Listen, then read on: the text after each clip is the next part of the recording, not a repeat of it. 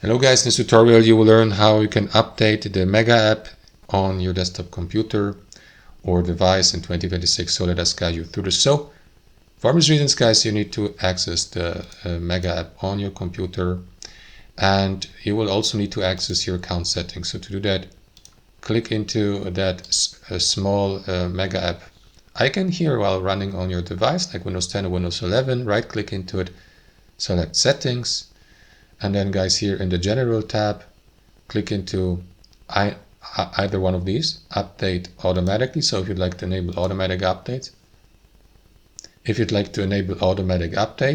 or you may click into this button here to check for updates.